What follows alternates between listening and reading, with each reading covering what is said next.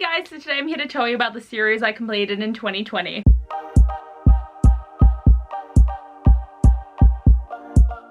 So this was a really bad year for trying to finish series because I only managed to read 6, which is like not the best. So this is going to be a very short video because there isn't really too much to mention here, and most of them I read like the last book of the series. So that's how it's finished now, but it still counts because the series is over. Doesn't matter when the first couple of books were read, it only matters about when you finish it, but I'm excited to get into this list. So my first completed series was the Truly Devious trilogy, which consists of Truly Devious, The Vanishing Stair, and The Hand on the Wall by Maureen Johnson. So obviously I finished the last book in 2020, and part of me is very sad that this trilogy is over because it was such a good murder mystery and I enjoyed it profusely so much, and I highly recommend it if you haven't picked these books up. And if you were iffy about it, buy them, read them, and come talk to me because these books are amazing. I really truly loved them. And just how pretty are the covers though, because they match so well and they just look so beautiful. I love it so much. I remember I finished this series very early on and I was like, oh, look at me go, I'm gonna get so many read.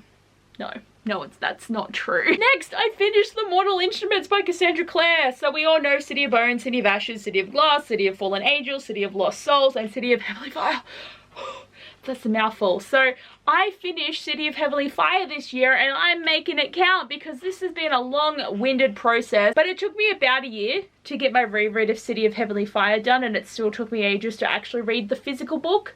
So I'm just proud of myself, but I still have to reread Lord of Shadows and Lady Midnight, and they're two thick bitches. So like, I don't know if it's gonna happen in the year, like I hope so, but I'm still proud of like this accomplishment. Next, I finished the Arc of the Scythe trilogy, and I don't have the third book right now because my dad has been reading it for the past like 2 years, but it just sits in his room. My dust jacket of it's over there somewhere, but he read Scythe and he really enjoyed it, and then he started to read the second one, but then he put it down and then he reads any other book beside it. So I should probably get my book back, but I'm hoping he's gonna read it. But I finished with The Toll this year and I really actually did end up enjoying the conclusion. Like, these books are really great and they're a really great story, and it's another one that I highly recommend reading, and I'm so glad I finally picked it up because my mum bought me the first and second book like 3 years ago, and then finally the third book came out and I was just like, yes, so keen. But this is another one that I'm low-key sad about ending because the writing and the story was so good and I want more stories. Okay, the next series I finished is one I listened to on audiobooks, and that was like the Fixer-Up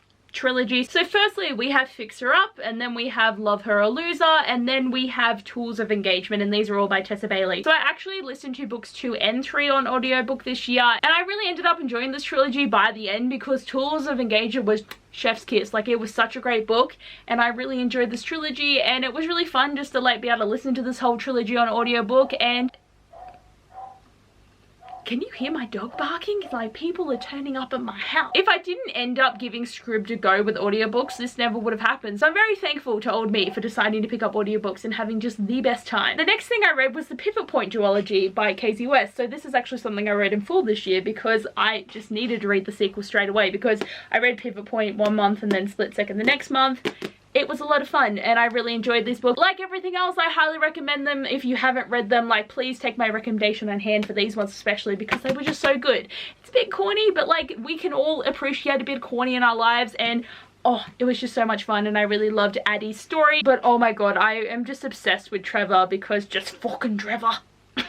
And the last thing I read was the Spin the Dawn duology. So this is by Elizabeth Lim, and we have Spin the Dawn and Unravel the Dusk. And what I really appreciate about this is this was my last read of 2019 and this was my last read of 2020. So I added in one last minute series there, and I count duologies in my series. Basically everything that is not a standalone gets counted in this video because you are accomplishing something by reading more than one book. But I really loved the first book, and the second book I feel wasn't as good. Like, I still had a really enjoyable time, but just because this one was like really fun and airy and this one was like so dark and serious, the tone change was a bit confusing for me. But I still really enjoy these, and again, pick them up if you haven't read them because they're so good. So guys, that is all the series I ended up reading, and I am still happy that I managed to get to these ones, even though I would have appreciated it so much more if I got to 10, which was my goal. But what can you do? I'm hoping that this year I'll be able to finish more series because I think there's a lot of sequels coming out that are like the end of series, but like also a lot of new things. So I'll probably still have the same amount of series on my TBR no matter what I finish. But I'm hoping 2021 will allow me to read more, like, fingers crossed. But anyway guys, I hope you enjoyed this video. Thanks for watching and I'll see you guys next time. Bye!